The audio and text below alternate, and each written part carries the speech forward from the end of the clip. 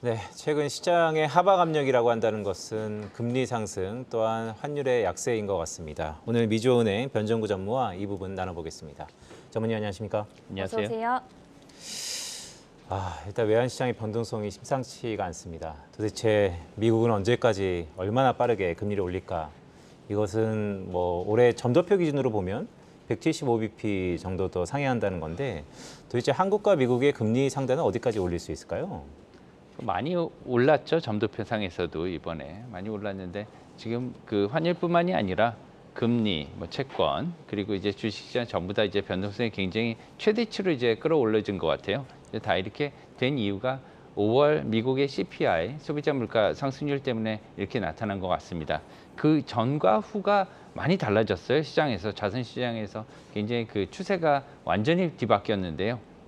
이제 그 보시면은 이제 앞으로 이제 어디까지 환율이 갈 것인가, 그다음에 주식시장도 언제 반등이 될 것인가, 이제 그거는 이제 금리에 좌우돼 있다고 보시면 될 것 같습니다. 이제 미국이나 우리나라에 이제 금리 상단이 어디까지 올라갈 것인가를 알면 언제 턴어라운드가 될지 이렇게 어느 정도 가늠해 보실 수 있을 것으로 이렇게 생각이 돼요. 그래서 그 5월 CPI 이전하고 5월 CPI 이후에 그 금리 전망을 저희가 이렇게 도표를 한번 나눠봤는데요. 그 CPI 5월 CPI 이전에는 저희가 한 그 미국의 기준금리 상단을 2.75% 포인트 정도 이렇게 예상을 했었습니다.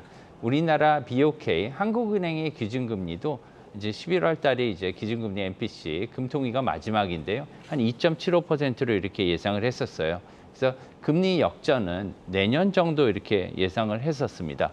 하지만 이게 이제 확 바뀌어진 게 뭐냐면 이제 8.6%라는 어마어마한 소비자 물가 상승률이 있은 다음에 미국의 그 연준이 자이언트 스텝을 고려하게 됐지 않습니까? 네. 그전에는 이제 고려하지 않는다고 이렇게 얘기를 했었는데요. 그래서 그걸 고려하고 난 다음부터 완전히 이렇게 바뀌어서 저희가 이제 예상하는 바로는 이제는 이번에 자이언트 스텝 0.75%포인트 미국이 올렸고요. 다음 달에도 0.75%포인트 인상은 거의 기정사실인 것 같습니다. 언론에서 이렇게 여러 가지 그 매체들에서 보면은요, 이제 올릴 수밖에 없을 것 같고요. 그 다음에 이제 8월 달을 건너뛰고 미국 연준이 9월 달에 열립니다. 이제 9월 달에 열리는데 그래서 이때는 이제 자이언트 스텝은 아니고 한 0.5% 정도 이제 올릴 것으로 이렇게 생각을 하고 있거든요. 그래서 그렇게 만약에 예상대로 이렇게 간다면 연말에는 한 미국의 그 금리 상단이 3.5%포인트 정도에 다다르지 않을까 이렇게 예상을 하고요. 이제 금리 역전 같은 경우에는 그 올해 일어날 수밖에 없게 돼 있습니다. 이런 네. 구조하에서. 그래서 이제 이전에는 그 미국 CPI가 이렇게 높게 나오기 이전에는 연말에 한 그 가치 정도 같은 레벨 정도 이렇게 머물지 않을까, 2.75%포인트 정도 이렇게 예상을 했었는데요. 이제 BOK 한국은행의 기준금리가 연말에는 한 적게는 2.75%포인트, 높게는 3%까지 이를 것으로 이렇게 생각이 되고요. 빠르면 다음 달 정도부터 금리 역전이 일어날 수 있지 않을까 이렇게 생각을 합니다. 만약에 0.5%포인트 빅스텝을 한국은행이 가져가게 된다면 그나마 이 같은 금리 역전은 8월까지 좀 그 일시적으로 이렇게 지속될 것 같고요. 만약에 그 0.25%포인트를 이렇게 올리게 된다면 이 역전은 이제 지속적으로 이제 올해부터 한 내년 정도까지는 일어나지 않을까 계속해서 이렇게 예상을 하고 있습니다. 네, 말씀해 주신 대로 한국과 미국 간의 기준금리 역전이 코앞으로 다가왔고 그런 점들에 비추어 봤을 때 과거에도 이런 역전 현상이 있었잖아요. 지금 현재와 다른 점은 무엇이 될까요? 네, 이제 그때 그 2000년대 이후에 이제 한국과 미국의 기준금리 역전이 몇 번 있었습니다. 네. 이제 어차피 이제 그 90년대에도 있었는데요. 그건 좀 이제 너무 먼 때고 이제 2000년대 들어와서 2005년도부터 시작해서 2007년까지 약 2년 동안 금리 역전이 있었고요. 그때는 이제 빅테크, 이제 온라인 회사들의 그 인플레이션 이후에 이제 미국이 한 14번에 걸쳐서 연준이 금리 인상을 했던 시기가 있었습니다. 이후에 2018년 리만 금융위기 이제 마지막 끝물 정도에 2018년부터 시작해서 2020년까지에 걸쳐서 금리 역전이 있었는데요. 이제 둘 다 이제 공통점도 있고 차이점도 있습니다. 공통점 같은 경우에는 둘 다 이제 미국과 한국의 금리 인상기에 나타났다는 거예요.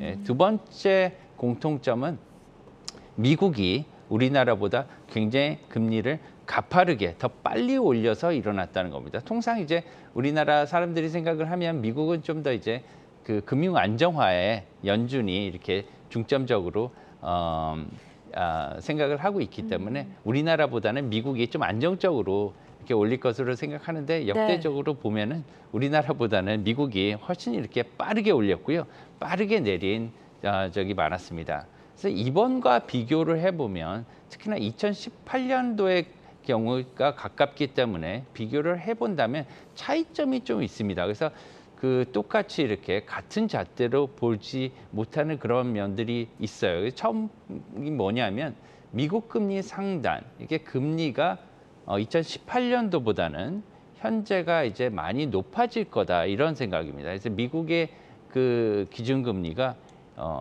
지금 현재 이제 올해 말까지 아까 3.5% 정도 올라갈 것으로 이렇게 예상한다고 말씀드리지 않았습니까? 네. 예, 그렇게 된다면은 2018년도에는 가장 높았던 금리가 2.5%였어요. 예, 그러면 1% 이상 높아지고 내년에는 4%까지 미국 기준금리가 올라갈 수 있습니다. 그렇기 때문에 1.5% 이상 이렇게 더 높은 금리가 유지될 수 있기 때문에 이런 것이 우리나라 특히 다른 그 미국 외 나라들한테 영향을 끼칠 수가 있어요. 특히나 미국의 절대금리가 높은 경우에는 자산에 쏠림 현상이 가져올 수가 있습니다. 그래서 자산 그 투자에 자본 흐름에 쏠림 현상이 가중될 수 있기 때문에 이러한 경우에는 좀 유의를 해야 된다 이렇게 생각이 들고요. 두 번째로는 인플레이션입니다. 인플레이션도 가장 큰 차이점 중에 하나인데요. 현재는 인플레이션이 굉장히 높지 않습니까? 그렇죠. 예, 미국도 엄청나게 높고요. 네. 한국도 지금 못지않게 높아지고 있는 상태입니다. 하지만 그 2018년도를 보면은요, 당시에는 2018년도에서 2020년도 사이 대부분의 물가 구간이 한 2% 내외 정도 됐었습니다. 그래서 크게 인플레이션은 없었다는 거죠. 물가가 안정돼 있었다는 겁니다. 그리고 이제 또한 큰 차이는 이제 긴축이죠. 물론 그때도 이제 긴축이 있었어요. 2018년도에도 이제 긴축이 있긴 했지만 지금보다는 상황이 조금 긴축의 속도나 양이 이렇게 적었다. 그리고 빠르지 않았다는 거고요. 현재는 이제 긴축을 굉장히 빨리 유동성을 흡수하려고 하는 거기 때문에 자본의 이동이 그만큼 더 빨라질 수 있다. 이런 점을 말씀드리고 싶고요. 원재재 가격 등 여러 가지 소비자 물가도 차이가 납니다. 이제 저희 뭐 먹거리라든가 농식품류 그리고 특히나 석유나 이런 것들도 WTI 그 서부 텍사스유 가격만 해도 2018년도에는 거의 50불에서 60불 배럴당 이 정도 했었는데 예. 지금은 굉장히 높지 않습니까? 그렇죠. 거의 2배죠. 그러니까요. 이런 것들이 이제 특히나 수출 의존적인 구조를 가진 우리나라 입장에서는 굉장히 부담이 되지 않을 수 없는 그런 상황입니다. 즉 마지막은 이제 그 굉장히 큰 문제인데요. 우리가 이걸 생각해 봐야 될 문제인데 신용 문제입니다. 신용 문제요? 예, 신용 문제입니다. 지금 그 리만 상황이랑 우리 지금 현재 코로나 이후의 상황은 굉장히 큰 게 뭐냐면 미국의 당시에 리만 사태는 모기지 사태죠. 신용 문제로 불거졌어요. 그렇지만 현재 코로나는 신용 문제 때문에 일어난 건 아니거든요. 그래서 모기지 사태가 다 끝난 뒤에 2008년도에 그 리만 금융위기가 일어났는데 그것을 다 거의 상황이 종료된 후에 2018년도에 이렇게 금리 역전이 된 상황입니다. 하지만 현재에 있어서는 아직 그런 신용 사건이 일어난 적이 없지만 지금 모든 이러한 저희가 사실은 가드를 내리는 거잖아요. 이제 이걸 다 풀어주게 되면 신용 사건들이 일어날 수도 있습니다. 이런 것들을 앞에 겪게 될 수 있기 때문에 이제는 신용 사건들이 2018년도에는 과거의 일이었지만 현재로서는 미래의 일이 될 수 있다. 그 말씀드렸습니다. 네, 전문의 말씀을 쭉 들어보니까 사실 가장 저희가 주목해야 될 것은 역시 신용 크레딧 리스크인 것 같습니다. 복귀해 볼까요? 2008년도에 서프라임 모기지 사태 이후에 글쎄요, 나비효과 중에 하나는 결국 2012년도 유럽의 재정 위기였다라는 해석이 있는데요. 그럼 이번에 신용 리스크가 터진다면 글쎄요, 신흥국이라는 얘기가 좀 돌긴 하는데 어디가 좀 약한 고리일까요? 글쎄요, 뭐 저희는 이제 공식적으로 선진국에 들어가지 않았습니까?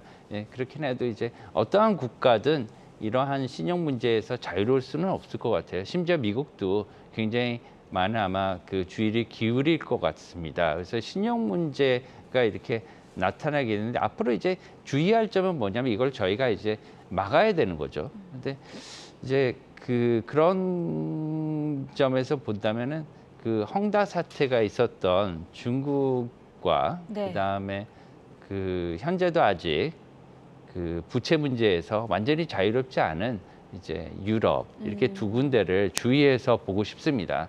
특히나 중국 같은 경우에는 모든 다른 중앙은행들이 정상화를 하고 있지만 금리 정상화를 오히려 금리를 내리고 있거든요. 그리고 이런 같은 경우에는 그 중앙은행과 그다음에 정부의 부담이 굉장히 가중될 것으로 생각이 돼요. 그래서 이제 다른 나라들은 전부 다 금리를 급속도로 올리고 있는데 네. 이렇게 내리게 되면 물론 중국은 큰 나라긴 하지만 그것을 갖다가 임팩트가 없지는 않을 겁니다. 그래서 이런 금리를 이제 기업들이나 아니면 개인들이 다시 이제 롤오버하는 과정에서 많은 어려움들이 닥칠 것으로 이렇게 생각이 되고요.